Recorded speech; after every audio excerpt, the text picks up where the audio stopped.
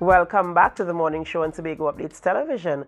We begin conversations this morning. We speak with Dr. Rhanna Juman, an ecologist who specializes in wetlands of Trinidad and Tobago. Good morning and welcome. Good morning. Good morning, everyone. And thank you for having me on. Are Indeed, you it is hearing me?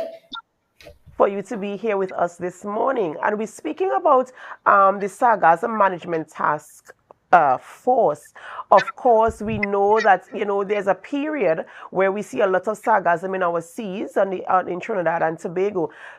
First and foremost, I must ask: is there a season that we can expect to see this type of activity in our waters? Well, initially, first of all, let me just go back. We used to always have sargassum coming up, but not at the quantities that we're seeing. Since 2011, more and more sargassum has been coming up on our beaches, and it has become sort of like the new normal, right? And while most of the times we record them between March to August, with it happening all year round. So there's no specific season. There's a time when we expect to see more of it, but we're noticing now that we're seeing it almost every time of the year, almost every month.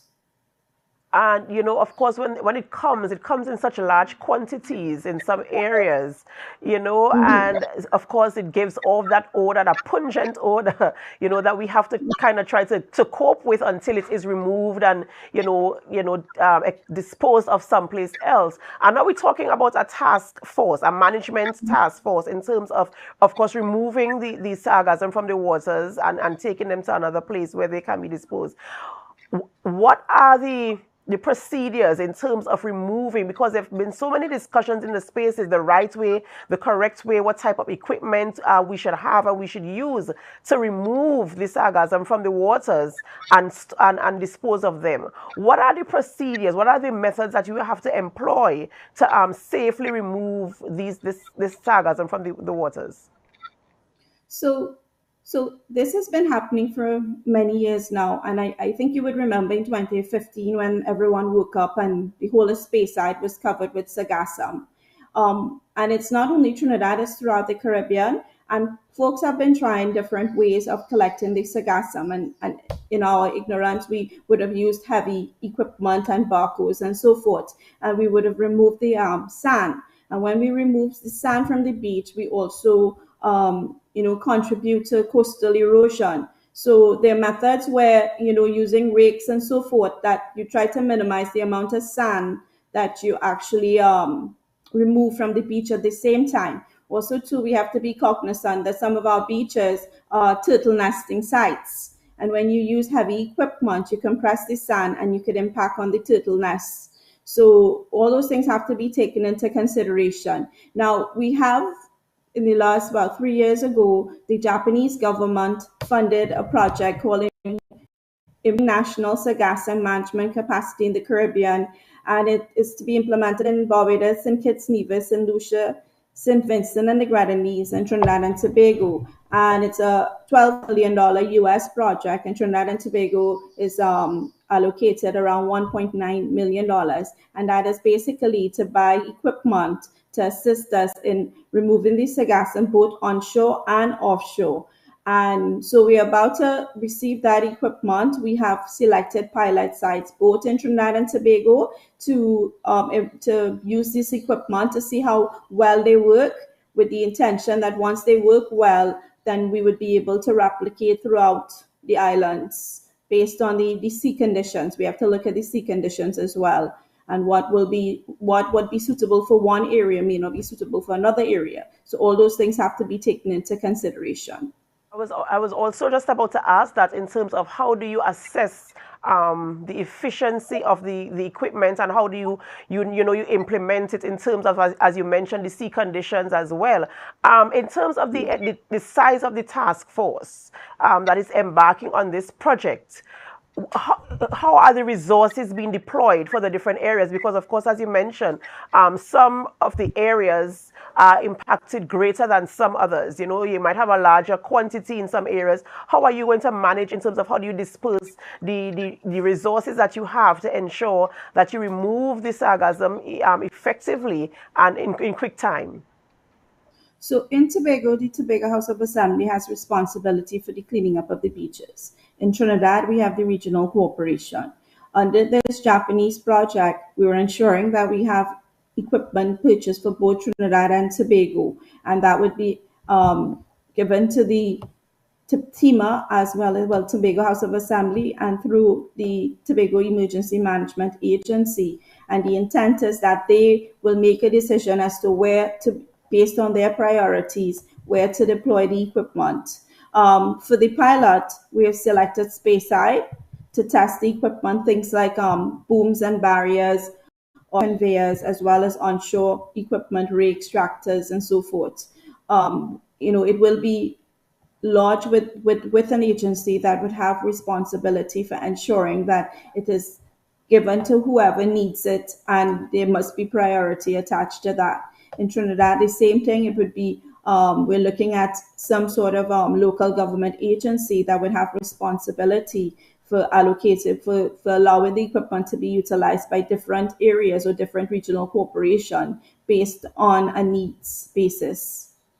So the The equip intention is that also if the equipment, if we have tested this equipment, right, and it works and it's actually effective, the possibility of purchasing more for the different regional corporations and local, NGOs and so forth. So prior to the task force is a multidisciplinary, multi-sectoral task force made up of folks from not only the Tobago House of Assembly, but also from the Fisheries Division, Ministry of Local Government, Coastal Protection Unit, the ODPM, Office of Disaster and Preparedness Management, as well as NGOs. So we have the Nature Seekers and we have COPE as well on the task force. So, and we're working with a wider sector of stakeholders.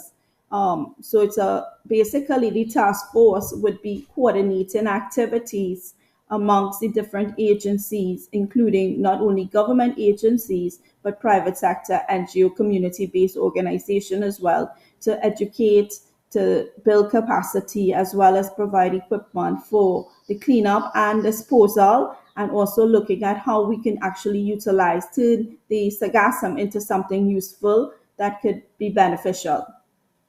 Dr. Juman, you mentioned earlier that if the equipment, well, you keep saying if the equipment works, the equipment that you are purchasing or receiving for this particular cleanup, this assignment, this project, is there any reference in terms of it being used in another area, whether it's another part of the world or wherever? Additionally, is there going to be any type of training for the technicians who would be using the equipment here in Trinidad and Tobago?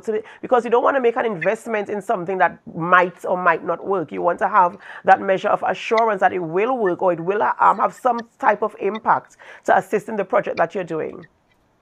Definitely. So once we receive the equipment will folks that would be utilizing the equipment, the regional corporations, the Tobago House of Assembly, they would be trained not only to use the equipment but also in maintenance, because we have a tendency of purchasing but we don't maintain. So the equipment will only last us as long as we maintain it properly and take care of it. So yes, training will be provided. The project again is all about capacity building and building local capacity within these local areas so that we can actually be effective in how we treat with the removal of sargassum.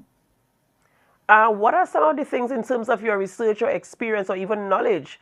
Of course, removing the sargassum and, as you said, finding useful benefits for it. Is there any that you can identify in terms of how it can be used to benefit the environment?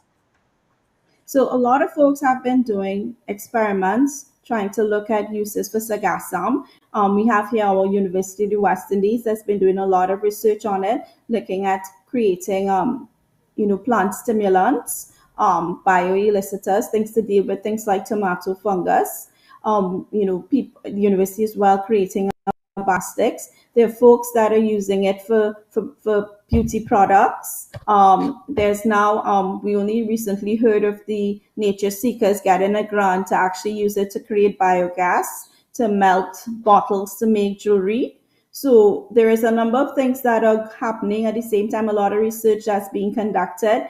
A lot of things was being done prior to, and then they realized that when it's out in the ocean and it's an habitat, it's also performing a function in that it's absorbing a lot of pollutants. So they started to realize that it contains a lot of heavy metals and arsenic. So we have to be very cautious how we use it. So whatever use it's being put to, especially if it's going to be used for things like fertilizers, for body products or pharmaceuticals, it has to be tested to ensure that the heavy metal concentrations are not toxic or not high. Of course, you've seen a lot of options there in terms of benefits and different uses for the sargassum, which is welcomed. And of course, the research has to go into it to ensure the methods that are being approached or used are the best methods for, the redeployment or the reuse of the sargassum in that sense. Of course, we want to wish you the very best, and we do hope that the equipment gets here as soon as possible. We do have this situation right now. I can tell you for certain in Tobago, we definitely have that situation that we're dealing with. And so we're hoping that the equipment gets here, that the training takes place, and that the extraction of the sargassum is like almost immediate, effective, and impactful as well. In closing, is there anything you'd like to share with our viewers? So I'll just say that we were expecting the equipment to arrive next year because the procurement takes a while, and they wanted to purchase for all the islands one time and wanted to make sure that what we purchase would be suitable for our environment. I just want to let folks know that, there's a lot of literature, there's a lot of information, education, right, in terms of the sargassum, what it does, what it brings in, how to treat with it. And again, even in terms of the cleaning, be cognizant of just going there and removing it with heavy equipment and so forth, because at the same time, you don't want to cause further damage to the environment. And you could also reach out to us at the Institute of Marine Affairs. We have a library, we have a lot of information that we're willing to share with folks. Thank you so much, Dr. Juman. We've been speaking with Dr. Rhanna Juman, ecologist who specializes in the wetlands of Trinidad and Tobago, as we speak about the removal of sargassum from our waters. There's a task force in place, and of course, we're going to get that going in the soonest possible time. Thank you so much for joining us this morning. Ladies and gentlemen, we're going to go for a short break before we continue conversations in studio with our guest this morning. And as we go for a break, of course, we invite you to help us share the life. Share the life, share the life. We'll be right back.